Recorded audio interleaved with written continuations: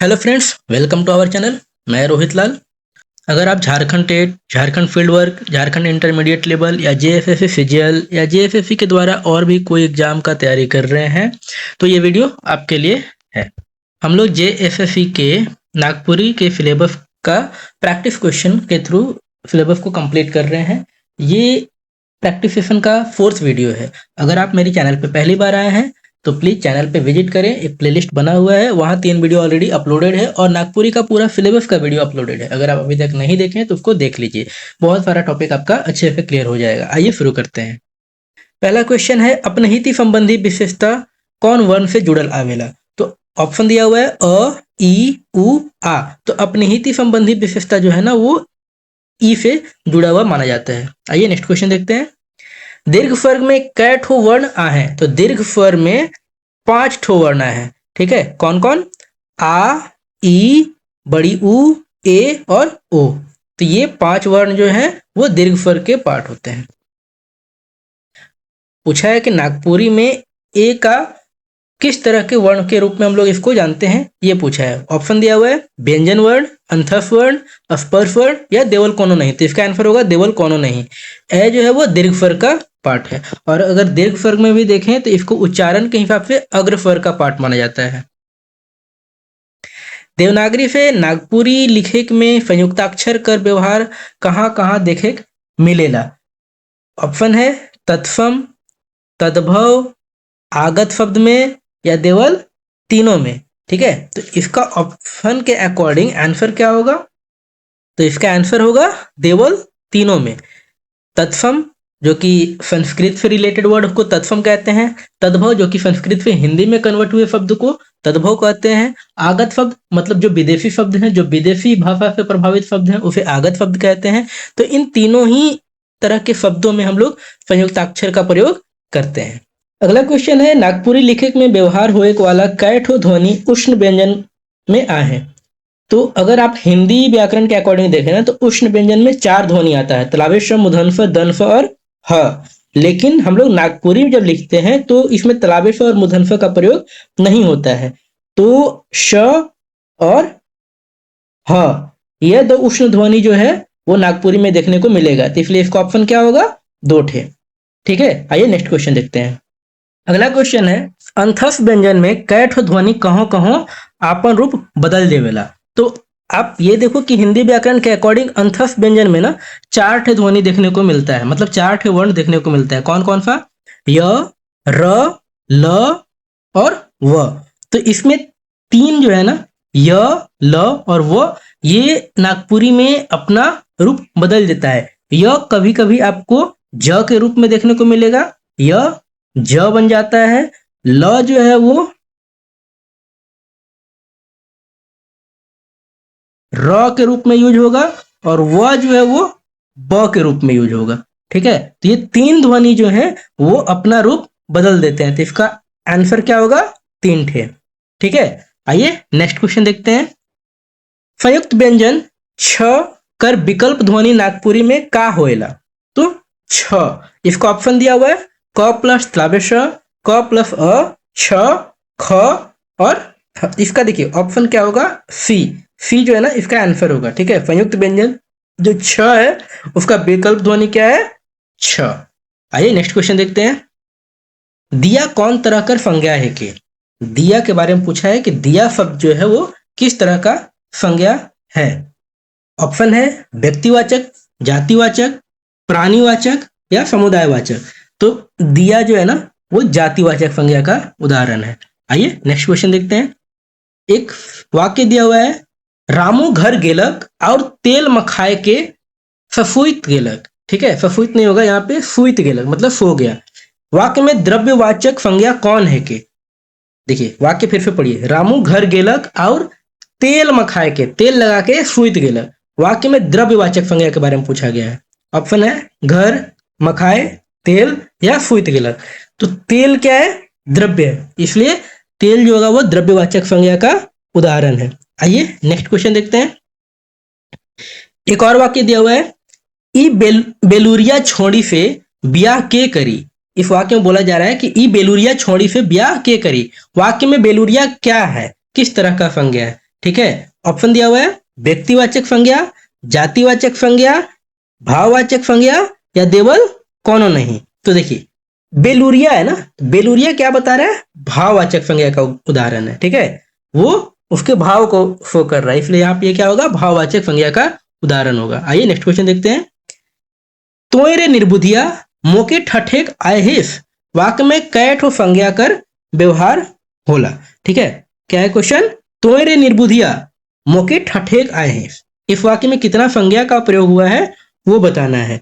तो ऑप्शन दिया हुआ है 3 ठो, 2 ठो, 1 ठो या एक भी नहीं। तो देखो तोयरे निर्बुधिया मोके ठठेक आयहिस, निर्बुधिया क्या है, भाववाचक संज्ञा का एग्जाम्पल है, ठीक है। तो इसमें ऑप्शन क्या होगा, सी, एक थे। ओके, आइए नेक्स्ट क्वेश्चन देखते हैं।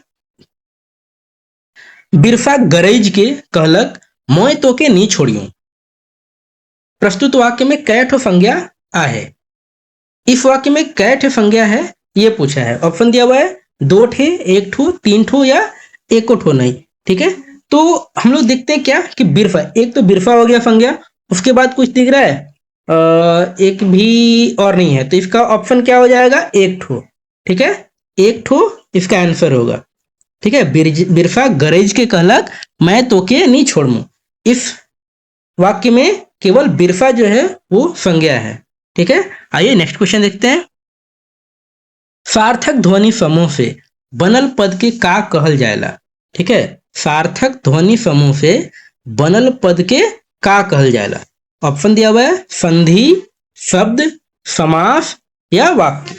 तो इसका ऑप्शन क्या होगा, शब्द, सार्थक शब्द कहा जाएगा, ठीक है। आइए नेक्स्ट क्वेश्चन देखते हैं। ई चंट का के केकरा बात मानी, ई चंट का के केकरा बात मानी, प्रस्तुत वाक्य में उद्देश्य कौन पद है के, ठीक है। क्या पूछा है, उद्देश्य कौन पद है के। तो देखिए यहाँ पे उद्देश्य आपका ई है, ठीक है, इसलिए आंसर क्या होगा, ई। आइए नेक्स्ट क्वेश्चन देखते हैं। अगला क्वेश्चन है, एतवा आइज बेसे तो हर जोतलक, प्रस्तुत वाक्य में विधेय कौन पद है के। ऑप्शन दिया हुआ है आइज, बेसे, एतवा या हर जोतलक। तो यहाँ पे हर जोतलक जो शब्द है ना वो विधेय है, ठीक है। नेक्स्ट क्वेश्चन है, कोनो अचरज कर भाव के बोध करवायक वाला वाक्य कौन तरह कर वाक्य कहायला, संदेह बोधक, विस्मयादि बोधक, शर्त बोधक या विधान बोधक, ठीक है। तो क्वेश्चन क्या पूछा है कि कौनो अचरज कर भाव के बोध करवायक वाला वाक्य कौन तरह कर वाक्य कहलायला। तो इसका आंसर होगा विस्मयादि बोधक, ठीक है। आइए नेक्स्ट क्वेश्चन देखते हैं।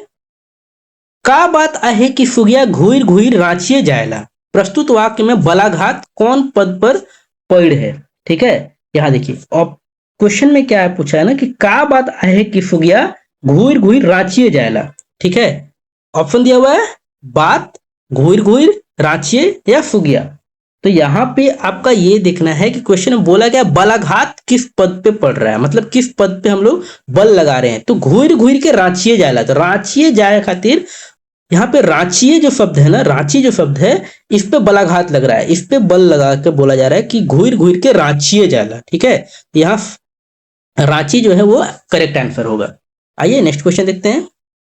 तोहरे मन कने से आवत है, प्रस्तुत वाक्य में कौन सर्वनाम कर व्यवहार हुए है। इस क्वेश्चन में वाक्य क्या दिया हुआ है, तोहरे मन कने से आवत है, ठीक है। और पूछा है कि इस वाक्य में सर्वनाम कौन सा है। ऑप्शन है पुरुषवाचक, सवाल बोधक, खाली सवाल बोधक या ए और बी दोनों, ठीक है। तो इसमें आपका एक तो सवाल बोधक भी है, कने से आवत है, ठीक है, और पुरुषवाचक भी है, तोहरे मन। तो यहाँ पे ए और बी दोनों आंसर हो जाएगा, इसलिए आंसर क्या होगा, डी, ए और बी दोनों। आइए नेक्स्ट क्वेश्चन देखते हैं। जेके, तेके, फेके कौन सर्वनाम कर सार्वनामिक पद है के, ठीक है। ऑप्शन दिया हुआ है संबंध बोधक, निश्चय बोधक, पुरुषवाचक या देवल कोनो नहीं। तो जेके, फेके, तेके जो है ना वो सर्वनाम जो है वो सार्वनामिक पद संबंध बोधक में आता है, ठीक है। किस में आता है, संबंध दिखाने के लिए हम लोग जेके, फेके, तेके का प्रयोग करते हैं। तो ये किस सर्वनाम का एग्जाम्पल होगा, संबंध बोधक का। आइए नेक्स्ट क्वेश्चन देखते हैं। तोहरे कौन सर्वनाम कर सार्वनामिक रूप हेके। ऑप्शन दिया हुआ है पुरुषवाचक, आदर्शवाचक, निश्चयवाचक या देवल कोनो नहीं। पूछा है तोहरे के बारे में, तोहरे कौन सर्वनाम कर सर्वनामिक रूप हेके। तो देखिए यहाँ पे जो आदर्शवाचक है ना, आदर्शवाचक सर्वनाम का एग्जाम्पल है तोहरे। तोहरे, अपने, रौरे, ये सब जो शब्द हैं ये आदर्शवाचक सर्वनाम के लिए उपयोग किया जाता है। आइए नेक्स्ट क्वेश्चन देखते हैं। कोनो वाक्य के ललित रूप देकर, कोनो वाक्य के ललित रूप देख में केकर व्यवहार घरी घरी होएला। ऑप्शन दिया हुआ है संधि के, समास के, सर्वनाम के या विशेषण के। ठीक है, तो इसमें आपका ऑप्शन क्या हो जाएगा, सर्वनाम। किसी भी वाक्य को ललित रूप देने के लिए हम लोग सर्वनाम का प्रयोग करते हैं। ठीक है, आइए नेक्स्ट क्वेश्चन देखते हैं। उद्देश्य और विधेय केकर अंग होएला। ठीक है, पूछा क्या है, उद्देश्य और विधेय केकर अंग होएला। समास कर, संधि कर, शब्द कर या वाक्य कर। तो वाक्य कर अंग होता है उद्देश्य या विधेय। अगर हम लोग देखें वाक्य का ना दो अंग होता है। ठीक है, एक उदय कहलाता है और एक विधेय कहलाता है। तो उदय क्या होता है कि जिस वाक्य में किसी भी सब्जेक्ट के बारे में जो चीज कहा जा रहा है वो उद्देश्य कहलाएगा। ठीक है, और उसी उद्देश्य के विषय में जो कुछ कहता है वो विधेय कहलाता है। ठीक है, आइए नेक्स्ट क्वेश्चन देखते हैं। पुरुषवाचक सार्वनामिक पद मोय कर बहुवचन रूप का होएला। ठीक है, कौन सा सार्वनामिक पद है, मोय। मोय का बहुवचन रूप पूछा है। ऑप्शन दिया हुआ है हमरे, हमीन, हमरे मन या देवल सौबे। ठीक है, तो यहाँ पे आपका हमरे भी होगा, हमीन भी होगा और हमरे मन भी होगा। तो ये तीनों ही शब्द जो है ना वो मोय के लिए बहुवचन में प्रयोग किए जा सकते हैं। इसलिए आंसर क्या हो जाएगा, देवल सौबे, ऑप्शन डी होगा। ठीक है, आइए नेक्स्ट क्वेश्चन देखते हैं। केव, कुछ, कोनो, केखो, कौन सर्वनाम कर सार्वनामिक पद है के। मतलब पूछा जा रहा है कि केव, कुछ, कोनो, केखो ये किस सर्वनाम का उदाहरण है। सवाल बोधक का है, निश्चय बोधक का है, निजवाचक का है या देवल कोनो नहीं। तो ये देखिए केव, कुछ, कोनो, केखो, तो क्या हो रहा है, सवाल बोधक का एग्जाम्पल है ना। आंसर क्या होगा, सवाल बोधक होगा। आइए नेक्स्ट क्वेश्चन देखते हैं, ये लास्ट क्वेश्चन था। आई होप कि आपको ये वीडियो अच्छा लगा होगा। अगर आपको वीडियो अच्छा लगा तो अपने दोस्तों के साथ शेयर करें, वीडियो को लाइक करें, और अगर आप मेरी चैनल पे पहली बार आए हैं तो चैनल पे विजिट करें। वहां नागपुरी का एक प्लेलिस्ट बना हुआ है जिसमें कंप्लीट सिलेबस कवर कराया हुआ है। ठीक है, और ये 4th वीडियो है प्रैक्टिस सेशन का। आप 3 वीडियो ऑलरेडी अपलोडेड है, उसको भी देखें और चैनल को सब्सक्राइब कर लें ताकि जब भी वीडियो अपलोड हो तो आपको नोटिफिकेशन मिल जाए। Thank you.